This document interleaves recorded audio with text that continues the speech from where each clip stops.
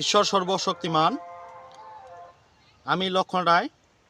আমি দিনাজপুর জেলা কাহারোল উপজেলার ৩ নং মুকুন্দপুর ইউনিয়ন অর্থাৎ চৌধুরী হাটে আমি এদিকে আসলাম বেড়াইতে। তো এদিকে আমাকে এক কৃষক চাষি বা সাথে আলোচনা হলো বা কথাবার্তা হলো। উনি পেঁয়াজ চাষাবাদ করছে এবং হলো আলু।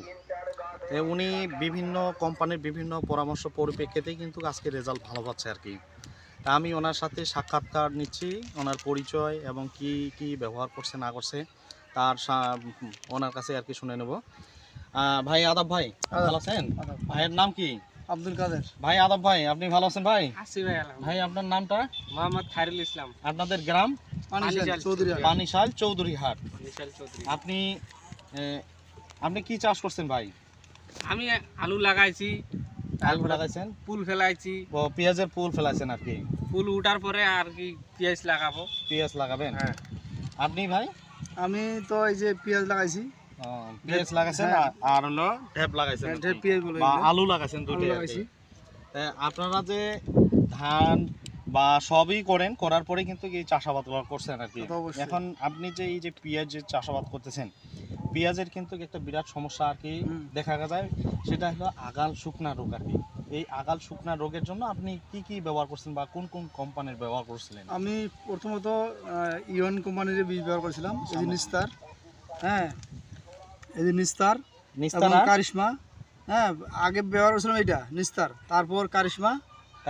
হ্যাঁ, দিয়া আল্লাহর রহমতে পেঁয়াজ যখন আমার ঝকঝকা হয়ে গেছে, তারপর এই যে এটা ব্যবহার করেছিলাম জাত পোকার জন্য। হ্যাঁ, মুক্তি এবং রাইস। মুক্তি আর রাইস, কোনো পোকা নাই আমার, আল্লাহ দিলে খুব ভালো আছে আর কি। আপনি এই জিনিসগুলো ব্যবহার করছেন আর কি, খুব উপকার। এই জিনিসগুলো যে ব্যবহার করলেন, যেমন নিস্তার এবং কারিশমা ব্যবহার করার পর তো রেজাল্ট, যে আগাল শুকনা রোগ যে ছিল এই রোগগুলো তো নাই আর কি। নাই তো নাকি?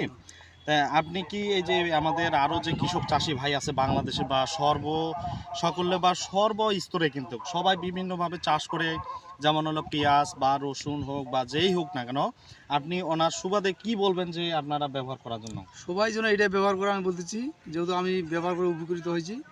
হ্যাঁ, এটা ব্যবহার করলে রেজাল্ট ভালো আর কি। ভালো না, এই বীজটা ভালো তো। কারিশমা, তারপরে এটা নেস্তা, এটা আমি এর আগে পেঁয়াজ বাড়ি দিছিলাম। পেঁয়াজের গাছ হয়েছিল আমার খুব সুন্দর, যথেষ্ট উপকার। আমার পেঁয়াজ উঠা পর্যন্ত গাছ মরে নাই। এগুলা বীজ ভালো খুব। আপনি ব্যবহার করছেন তো? আমি এগুলা ব্যবহার করছিলাম আর কি। বা আপনিও এই যে পেঁয়াজ লাগার পরে আবার ব্যবহার করব আমি। আপনি এই যে দর্শক যে আমাদের কৃষক চাষি ভাইয়েরা আছে, সবাই তো বিভিন্নভাবে চাষ করে, বিভিন্ন অনেক সময় সমস্যায় সম্মুখীন হয়। আপনারা অবশ্যই এদেরকে বলবেন যে না, এই নিস্তার আমরা এগুলা ছিটাইছি, আপনারাও এগুলা ছিটাইয়েন। পেঁয়াজ, আলু আরো অনেক অনেক ফসল আছে, ভালো হবে। আমরা ছিটাইছি, আপনারাও ছিটাইয়েন। সবাই কৃষকরা এটা ছিটাইলে লাগাবো ভালো। সবগুলো মাল ভালো, ভালো।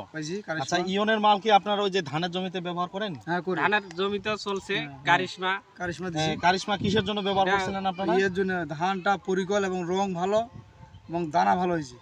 আপনি দাদা? আমিও ওগুলাই ছিটাইছি। মানে কিসের জন্য? ধানের ব্লাস্টের জন্য এবং ব্লাস্টের জন্য, এবং ধান পোচাও পালাবে, ধানটাও ভালো হবে। এই যে এই কারিশমা তো নাকি? কারিশমা।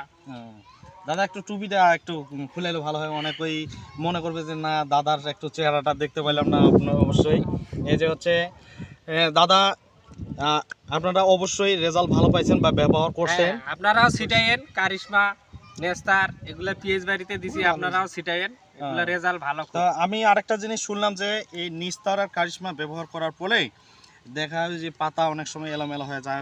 এলোমেলো হয় না, বর্তমান ভালো। এই যে এনাদের কিন্তু ওই যে খাড়া হয়ে আছে কারিশমা, এই যে এলোমেলো না হয়, অত ঘোরা যাবে।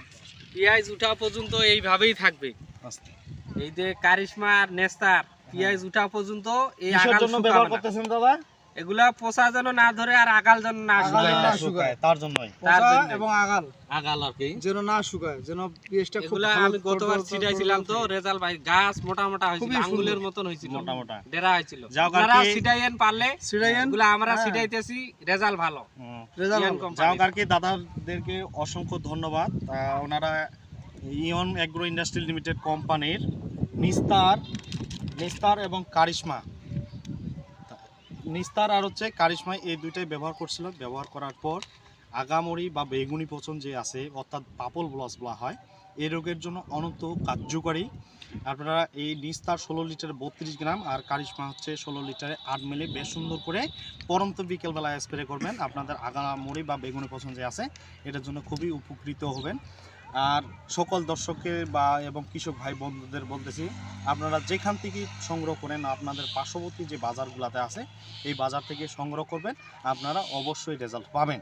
আর দ্বিতীয়ত আরেকটা কথা বলি যে আমি আপনাদের কৃষি সেবায় নিয়োজিত আছি এবং অনেক সময় দেখা যায় যে বিশেষ করে এই সমস্যার সম্মুখীন আমাদের যদি পাশে না পেয়ে থাকেন আমাদের যোগাযোগ নাম্বার থাকবে। দ্বিতীয়ত আরেকটা জিনিস হচ্ছে আপনাদের কি পাশে যে কৃষি অফিসার আছে এদের শরণাপন্ন অবশ্যই হবেন এবং সঠিক পরামর্শই সঠিক ফসল পাবেন। ধন্যবাদ আজকের মধ্যে।